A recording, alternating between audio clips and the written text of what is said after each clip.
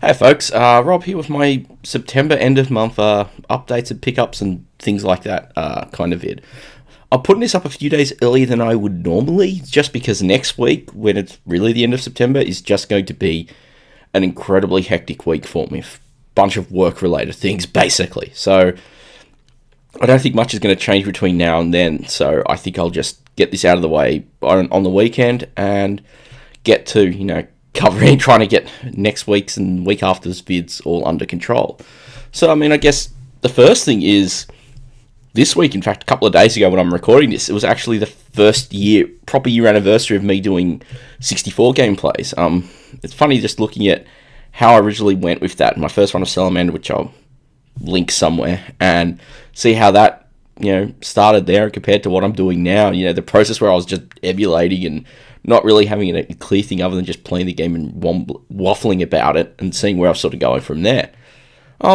Surprisingly, it's helped make a lot of friends, at least online, that other activities I did never really did. So that's been rather interesting. Here's to many more years of doing this. We'll see what happens. So I guess with that, obviously just a quick flyby of what vids I've put up this month. The main ones are around SHMUPTEMBER, which I thought I was rather cool and innovative in actually thinking up, but turns out it's not the case. There were plenty of other people using that tag online, so I must have accidentally seen it or something, but hey, I still love it for what it means. So, first off, there was really looking at Daenerys with all its little background story. Then Ellicat, which I know some people seem to dig. I kind of dig it, even though some people don't seem to. The weird little early game Hyper Circuit, and finally, as went up a few days ago, was Void Runner. In addition to all the SHMUPTEMBER ones, of course, I did my special hints and tips vid for Paradroid, seeing that was a bit by popular request after mentioning that in the top 10. So those are all, there'll be links as usual. And I guess as usual, pickups.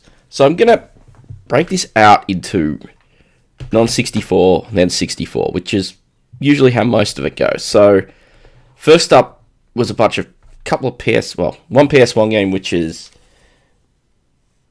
X2, which is the sequel to Project X on the Amiga, a rather great horizontally scrolling shooter by Team 17.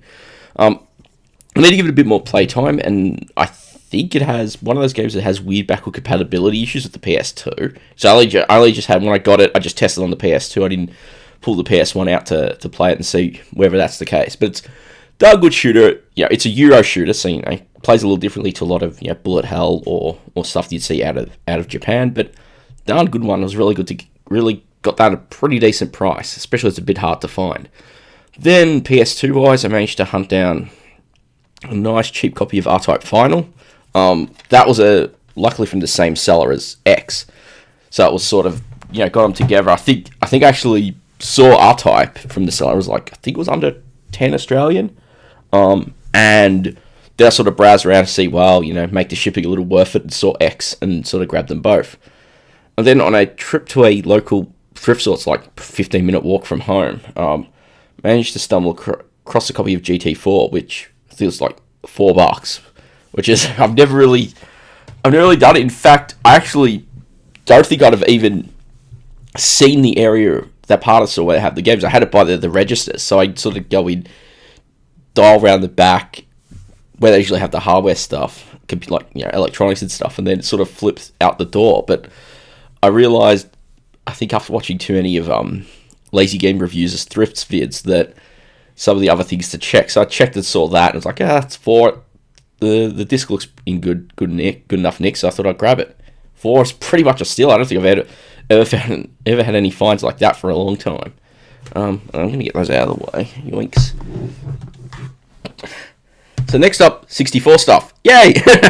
Something I know some folk would get more excited for that. So I did an order from RGCD because they just put out a new homebrew game, and that's Power Glove, which is an enhanced version of a game that came out in the Kart Compo last year. I actually didn't review that one back then. It didn't click with me initially, but I got hooked on it, and the updates are really, it's sort of nice little enhanced edition. Spoilers, I'm actually in the middle of editing the video for this for next week, so this is next week's video. I usually don't give spoilers out, but what the heck, it's It's only a few days away before that comes up. And to sort of, again, sort of make the postage a little more efficient, ended up grabbing a copy of Cannonbolt for all intents and purposes, which is a downgrade interpretation of an incredibly excellent little simple game there. The team who put that together, memory serves, I believe that was another cart combo entry as well. But that's just put together incredibly well, incredibly slick. When you get the version with the proper music, it just feels absolutely perfect conversion to the 64. It's a game that the 64 just does really well. And then another cart. This isn't a new homebrew one. Is Robo 2. I stumbled across a listing for RoboCop 3, which is a bit of a grail, and I didn't end up winning that. But the seller was also listing this, and they actually listed it at a bit of a cheap. Actually, it was your classic £1 starting bid, and luckily enough, I managed to get it. I think it worked out to be $10 Australian plus shipping, and that's horrendously cheap because that's most places I've seen that going for at least £20, which is $30-40 odd dollars. So yeah, it's in great. The box is in great condition. The cart and the manual's all in great condition. So I was pretty happy with that as a find. Next up is I'll do a couple of tape games. So I found these through a seller just listing, and first up is Raid on Bungling Bay, which has been a bit of a find I've been wanting for quite a while. So it's an important game. It's an awesome game, but it's also an important one historically, as of course, the story. Will Wright was working on that, got hooked on using the editing tools that he created, and went to work on SimCity afterwards. I admit I wouldn't mind if it was the original US disc release, but having the tape release is more than fine. And the other one I got was Karateka.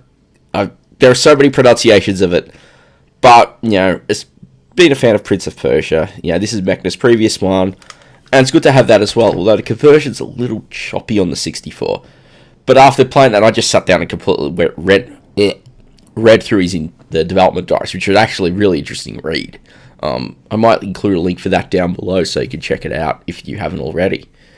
And then, next up is a couple of big box games, which, a bit of a rarity most of the time, but I found a seller who was, listing a bunch of games, and I managed to end up winning two of them. The first is Origin's Space Rogue, which is an excellent 3D RPG spaceflight sim hybrid.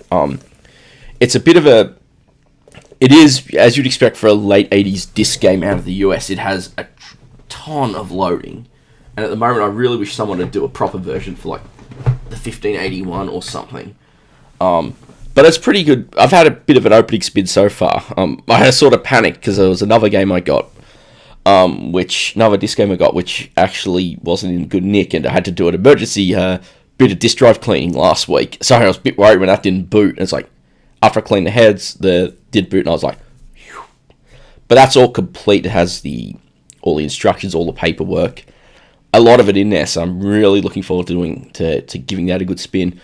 I'm thinking about wanting to do a long play of that, but time is what is the killer at the moment. That's something I've been thinking about for a while. I may do a waffly thing on about that later. And the other disc game I got was Ultima 5. Yikes. That's a much bigger box, so it's much harder to position.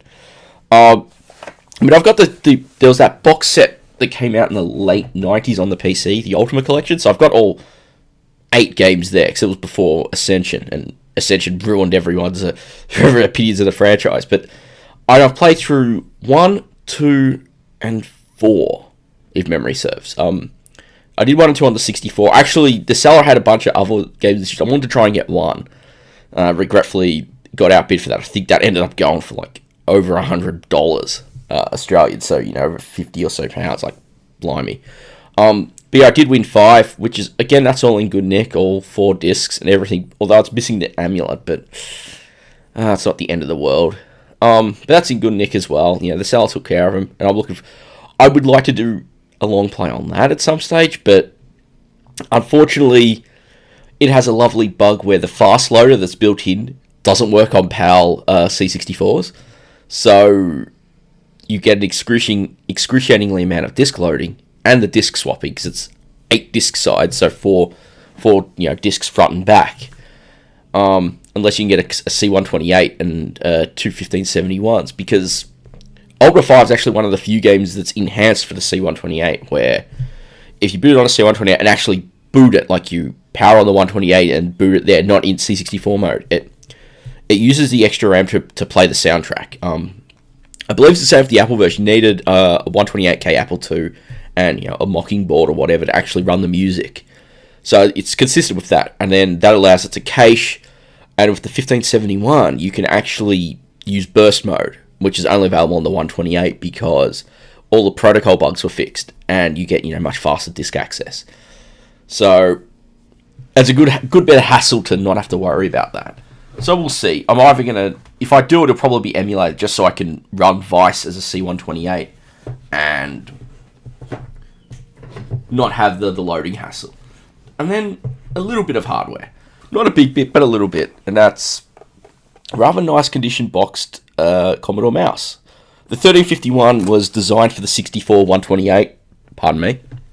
It was designed for the 64 128. It's the same physical design as the original Amiga mouse, but electronically completely different.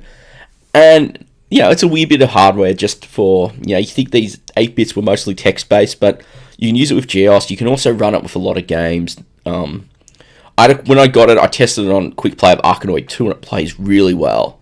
And now I can play Operation Wolf, although the USA version, which the USA version added support for that mouse, whereas the original PAL release only had the Neos mouse, which I have, but it doesn't seem to work right. I don't know if there's any, guides on fixing that online. I have to take a look. But I'm glad to have the mouse, especially for a lot of games where the mouse works really well, like Opwolf, Lemmings, a few others that I do want to hunt down. So it's good to get. So I guess what happens with next month? Well, so October, as I said, because of work stuff's sort of a bit messy the next week or so. October also has a fun ending because the end of the month is PAX and an event called GCAT, which is an Aussie game developer conference. I sort of go as with my indie hat, although I've barely done any work on my own stuff this year. So I will be at those, and as a result, even though both are in my hometown, I've got a place booked in town to just avoid commuting. So I won't have net access, well, other than like tethering to my phone or something for the week. So things might be a little slow at the end of the month. But the plan is for me, I'll make sure I have a bunch of videos as usual. That's 1 week, and I'll be trying to do vids. I think it's more, this next week is pretty stressful just because of work, and I think after that it should calm down a bit, and then it's a bit hectic at the end of the month. So that should be interesting to see.